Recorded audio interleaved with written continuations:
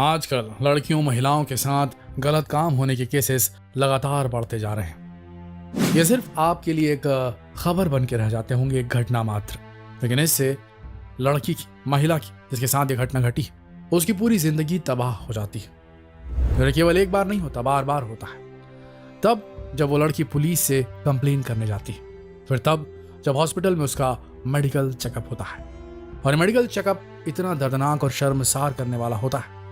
अब भी आज की तारीख में भी भारत के कुछ पिछड़े इलाकों में इसी तरीके का इस्तेमाल किया जाता है कि लड़की के साथ साथ उसका पूरा परिवार खुद को कसूरवार महसूस करने लगता है, जैसे लड़की की ही गलती हो, लड़की के परिवार वालों की परवरिश में ही कोई छेद हो। इस टेस्ट में लड़की को एक बार फिर से वही सब महसूस होता है जो उसने गलत काम होते वक्त महसूस किया था, या फिर उससे भी ज्यादा बुरा, क्योंकि जबरदस्ती से केवल लड़की का शरीर ही घायल होता है, लेकिन इसकी जांच से उसकी आत्मा तक छलनी हो जाती है।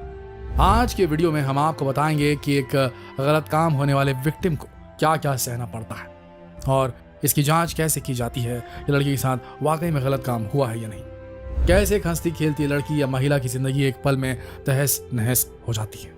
दिल्ली का वो कांड जो बहुत फेमस हुआ, निर्भया का, फिर कठुआ का कांड, फिर हाथरस का कांड, फिर उन्नाव का कांड, हर केस में एक बात कॉमन है। यहाँ लड़कियों को वहशी दरिंदों की हैवानियत का सामना करना पड़ा। वो हैवान जो हमारी सो कॉल्ड मॉडर्न सोसाइटी का हिस्सा है, वो सोसाइटी जहाँ लड़की और लड़कियों की बराबरी का दावा किया जाता है, जहाँ लड़कियां हॉस्पिटल से लेकर फाइटर प्लेन तक उड़ाने में लड़कों को पीछे छोड़ रही हैं। उसी समाज का एक तबका ऐसा भी है जिसे आज भी लड़कियों का इस तरह बराबरी से खड़ा होना बर्दाश्त नहीं हो रहा। ये समाज की आड़ में छुपे वो भेड़िए हैं जिनके लिए लड़कियां केवल उनकी हवस पूरी करने का साधन मात्र है। फिर चाहे वो महिला 50 साल की हो या 5 साल की, उन्हें कोई फर्क नहीं पड़ता। आजकल जिस तरह ये जबरदस्ती की घटनाएं बढ़ रही, गलत काम की घटनाएं बढ़ रही, उससे पता चलता है कि इंसान की मानसिकता कितनी ओछी हो चुकी है।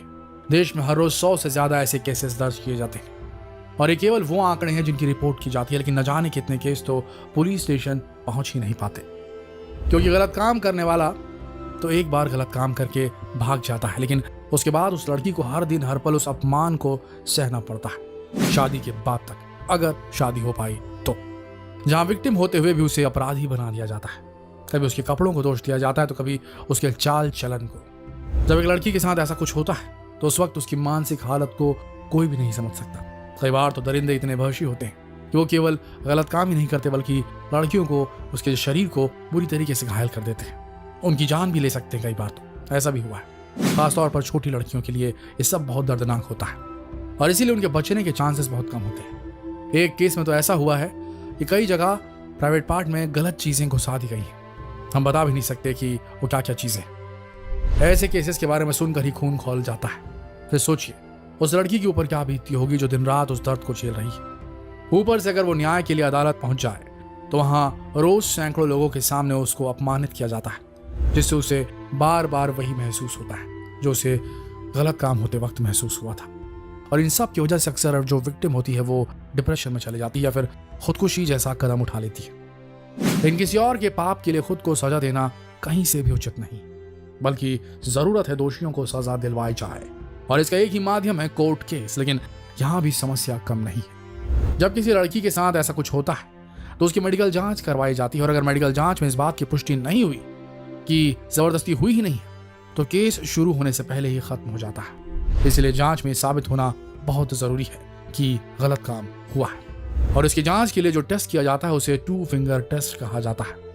ये उस गलत काम से ज्यादा दर्दनाक होता है। इस प्रोसेस में डॉक्टर विक्टिम की वजाइना में 2 उंगलियों को डालकर चेक करते हैं कि महिला का कौमार्य भंग हुआ या नहीं। डॉक्टर का मानना है कि अगर जबरदस्ती संबंध बनाए जाते हैं तो अंदर मौजूद जो हाइमन होता है वो टूट जाता है, जबकि नॉर्मल जब ऐसा होता है तो ऐसा नहीं होता। इस टेस्ट के दौरान लड़की को बहुत दर्द होता है, और ये टेस्ट अक्सर पुरुष डॉक्टर के द्वारा किया जाता है, जिसके लिए लड़की की रजामंदी भी नहीं ली जाती। ये सब उस लड़की के लिए बहुत ही शर्मनाक होता है। उसे जिस दर्द और पीड़ा का सामना करना पड़ता है उसे आप और हम कभी नहीं समझ सकते। एक पीड़िता ने बताया कि ये सब चीजें होने के बाद जब वो मेडिकल जांच के लिए उसे लेकर जाया गया तो वहां उसे बहुत डर लग रहा था। उस महिला का ये कहना था, उस पीड़ित महिला का ये कहना था, उसके साथ ऐसा सलूक किया गया, ऐसे सवाल पूछे गए जैसे वो झूठ बोल रही थी।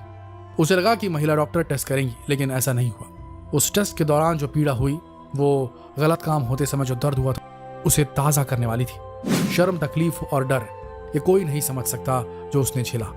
हालांकि 1997 में ये कानून बनाया गया था कि सिर्फ महिला डॉक्टर ही ऐसे मामलों में मेडिकल जांच कर सकती है किसी महिला या लड़की की।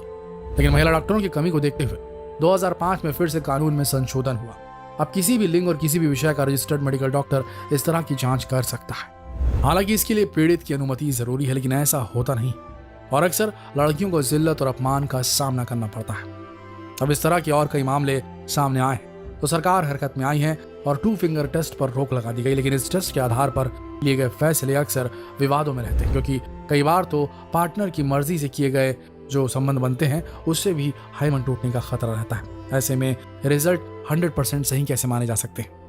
इतना विवादित कानून होने के बावजूद आज तक सरकार कोई ऐसा कानून नहीं बना पाई जिससे जो इस किस्म के जो घटनाएं होती उसके विक्टिम को थोड़ी राहत मिल सके। उसके बाद अदालतों में चलने वाली लंबी प्रोसेस से बची खुची कसर भी पूरी हो जाती है, जहां हर पल हर पेशी में लड़की को वो दिन रिमाइंड कराया जाता है। और इतने लंबे स्ट्रगल के बाद भी ज्यादातर केसेस में न्याय नहीं मिलता, और अगर मिलता भी है तो इतना लेट मिलता है कि जब तक लड़की पूरी तरीके से टूट चुकी होती है, उसकी पूरी जिंदगी बर्बाद हो चुकी होती है। दुनिया में ऐसे कई देश हैं दोस्तों, खासतौर पर वो वेस्टर्न कंट्रीज जिन्हें हमारे युवा फॉलो करते हैं, और शायद इन्हीं कंट्रीज की कल्चर को फॉलो करने की वजह से इस किस्म के मामले हमारे देश में बढ़ गए।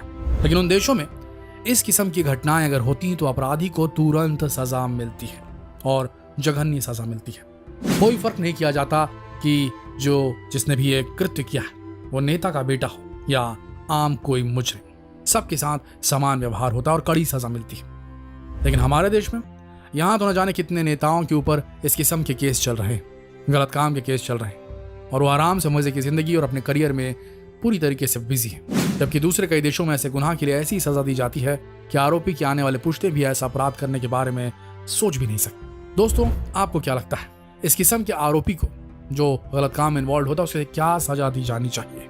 क्या हमें भी अरब देश का कानून फॉलो करना चाहिए इस केस में? क्या हमें भी वेस्टर्न कंट्रीज की तरह जिस तरीके से बिना पक्षपात किए सजा दी जाती है उस तरीके का कल्चर फॉलो करना चाहिए कानून के दायरे में रहते हुए, ताकि ये जो अपराधी होते हैं जो छूटकर आराम से अय्याशी के साथ अपना बचा हुआ जीवन जी लेते हैं, और जो विक्टिम होता है उस शर्म के साथ अपनी जिंदगी की यही लीला खत्म करने का हर पल सोचते रहता है। इनके साथ न्याय होना चाहिए कि नहीं होना चाहिए? आप ही बताइए, क्या होना चाहिए? ये सवाल दूसरों से पूछने के लिए शेयर कीजिए इस वीडियो को फेसबुक पर, व्हाट्सएप पर, यूट्यूब पर, ताकि लोग इस बात को समझ सकें, अपनी प्रतिक्रियाएं दे सकें और ज्यादा जागरूक हो सकें। ऐसा कुछ भी आपके साथ कहीं पर भी हो तो इसे रिपोर्ट जरूर करें, इसे अंदर ही अंदर दबा के ना रखिए, ये आपको अंदर से मार देगा। ध्यान रखिए, कल फिर मिलेंगे एक जानकारीप्रद वीडियो के साथ। तब तक के लिए आप सबका इस वीडियो के अंत तक बने रहने के लिए दिल से धन्यवाद।